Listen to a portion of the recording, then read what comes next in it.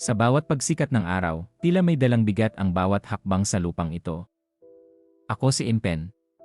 Sa aming maliit na dampa, ang kulay ko ang laging nagiging mitsa ng usapan. Huwag kang makikipag-away, Impen, laging bilin ni Ina. Ngunit ang bawat panunukso ay tila sugat na ayaw maghilom. Sina Kano, Boyet at Diding sila ay mapuputi. Sa pamilyang ito, ako lang ang tila naiiba. Kailangang kumilos. Kailangang magtrabaho. Sa bawat patak ng pawis, may katumbas na barya para sa gatas ni Boy.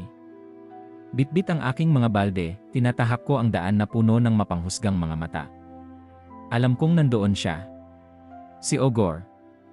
Ang haring laging naghihintay ng pagkakataon na ako ay itumba. Ngunit sa araw na ito, hindi lang tubig ang aking sasalukin, kundi ang aking sariling paninindigan. Impeng, huwag kang makikipag-away. Hindi ho, inay. Bayaan mo na sila. Dumaan ka kay Taba mamaya, pambili ng gatas. Inuna ni Impen ang bilin ng ina. Kailangang lumakad na siya. Tatanghaliin na naman. Naroon na si Ogor. Sariwa pa ang nangyaring pakikipagbabag niya kay Ogor.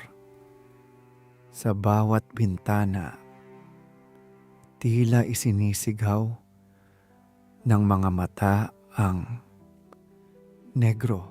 Ang itim mo, Impen, sino ba talaga ang tatay mo? Di si Dikyam. Sabay halakhak ni Ogor, ang hari ng gripo. Ako muna, negro. O Ogor? Bakit mo ako ginaganito? Sigaw ni Impen habang nakahawak sa duguang pisngi sa puot.